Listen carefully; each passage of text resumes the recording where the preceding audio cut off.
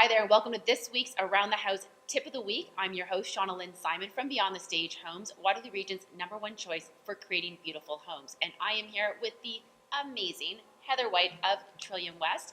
We are actually live from their Kitchener office at 240 Duke Street West in Kitchener. Isn't it Check it out. It's right? pretty great, guys. It's Come pretty- by and say hi. Come and see us.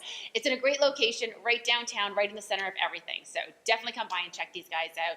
And here's the thing. TrilliumWest, and Heather Whyte especially, has a very unique approach to everything real estate.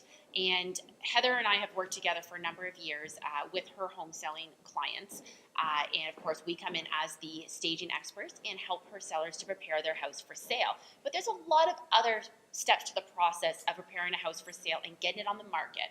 And one of the #1 things you need to make sure that you're doing properly when it comes to listing your house for sale, ready for it? Pricing your house appropriately. And now listen, with the climate that we've had in this real estate market over the last couple of years, a lot of people think it's a bit of a guessing game in terms of determining what you should list your price for. Trust me, I see it when my neighbors have their houses up for sale. I'm like, that sounds like a good price. I could list my house for sale if I wanted to. But the fact of the matter is there's a lot more strategy that actually goes into it. And Heather, I'd love it if you could tell us a little bit about the strategy that you and your team use in order to determine what the most optimal price for listing a house for is. Yeah, and I think you bring up a good point where I think a lot of people just figure, oh, it's simple. I'll just out of thin air, I'm just going to pick a price. It doesn't work like that, unfortunately, in our climate. And the most important thing is that sellers are strategic about the price that they choose. So, right. Unfortunately, no matter what, if a property is way overpriced, it's just not going to sell. So all the stage in the world can't make it sell. It's true. Yes. Unfortunately. Yeah. We wish it could. Shauna would be. But buyers will only pay what they are willing to pay for that house. Exactly There's a lot of factors that go into that. So how do you determine the best price? Yeah.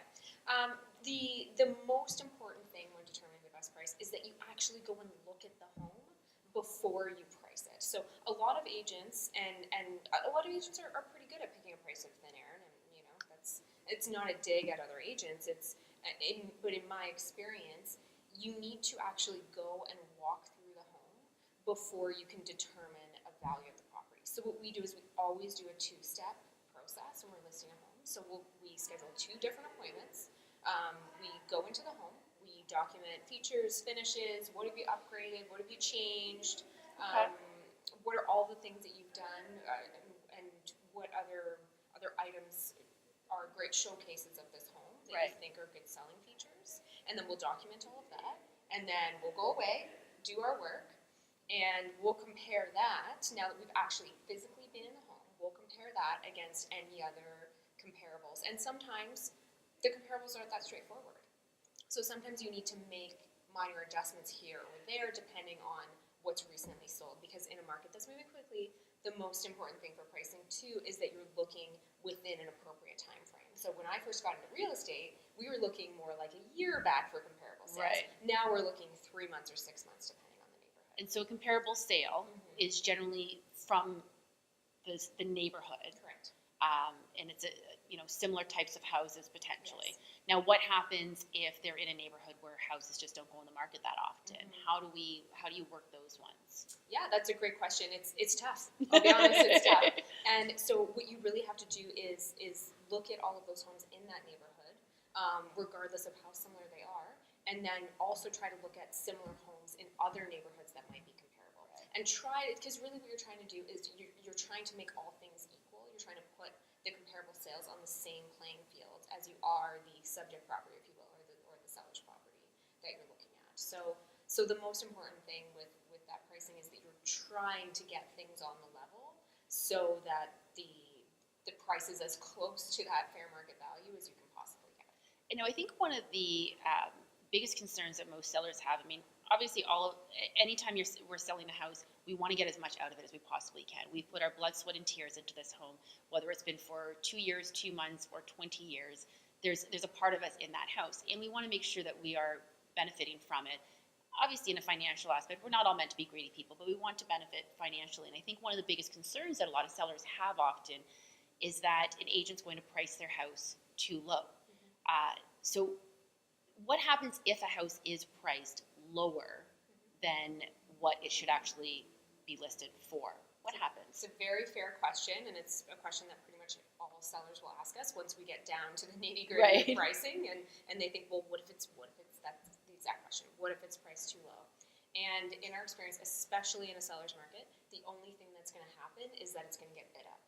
Perfect. And the other important consideration to make is a lot of people that are concerned that you're underpricing my house. You don't have to take an offer. So let's say you list your home at $600. That's a really good point. Yeah. And you think it's worth $650. We have it on the market. It's priced at $600. You get an offer at $600. You don't have to accept that offer. Fair enough. You can ride out the market, see what happens, see if you get multiple offers, and see if it'll get bid up to that $650 that you think it's worth.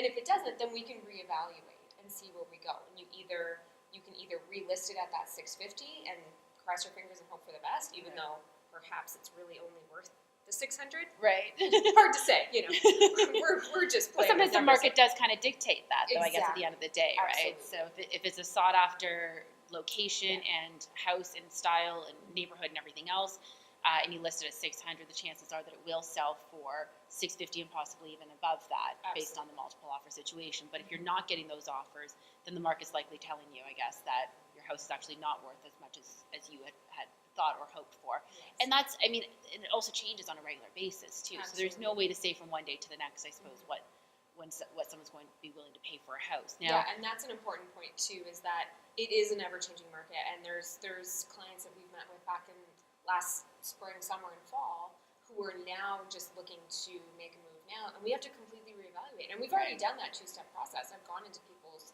homes and done my walk around, and then gone away, and then we have our second meeting and we go over pricing.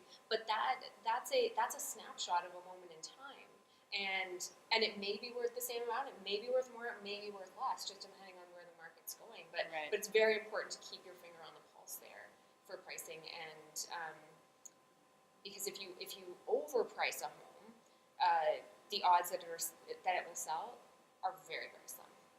Now, if I'm a seller and I'm looking to sell my house, what time is the best time to sell a house? Great question. It's another question that we get a lot. There is no magical time, I'd say. But the time is now? Yeah. Like anytime you're ready to sell, basically, like the time is now? Yeah, because typically in summer, people think that summer is busy. Not as busy. People want to be moved in for the summer. Yes. They don't want to be selling in the summer. That's right, because they don't want to be trying to move when the kids are going into school and everything else. They don't want to be worrying about changing schools and that sort of thing. Yeah, they want to be settled in. They want to move in July. Yes. And then settle in for the summer and then start school in September. Right. People also think that winter is not busy, and that's not true either. Yeah. I was curious at this winter too. It's crazy. Every winter, it's actually pretty amazing for us. Obviously, there's a little bit of a slowdown sometimes in December through, the traditional Christmas holiday, New Year's kind of timing. But I mean, we've been staging houses right up to Christmas Day pretty much. And January is always a super busy market. New year, a lot of things, right? So it's always a bit of a transitional time for people, we find. And it's a great time to sell. Our houses sell at any time of the year. Yeah. Right? Yeah. And I mean, speaking of winter, I think there's certainly fewer transactions that happen over the winter typically than say the spring or the fall. The spring and the fall are the two busiest markets for volume. But having said that, if there are less homes on the market, then you may actually stand out that much more. Yeah. Yeah. So if nothing's been on the market, so let's say buyers have been looking since the summer or fall previous, right? And they've gone through to the end of the year, still haven't found anything. Nothing's come on the market in that neighborhood that they want. And then January, February rolls around and a house pops on the market. There's nothing else on the market. They may actually get a lot more as opposed to if they were to wait for spring and they're competing against 10 other homes in their neighborhood. That's fair. That's a really good point. So it's when you're ready. when you're ready, people. Perfect. So if you are thinking about selling your house, or if you know you are going to be selling your house and you would like to get an evaluation to find out what your home is worth today, like These are time sensitive, so if you're not planning on listing for 6 months, you can I suggest getting Heather to come in there and tell you what it's worth today, and then it can be reevaluated in 6 months, but that gives you a good jumping off point anyway. So thank you so much, Heather, for joining us today. Everyone, Heather Whyte, I got this. Heather Whyte from TrilliumWest, thank you so much for joining us today. Really appreciate it. Thanks for having me. Bye, everybody. Thanks.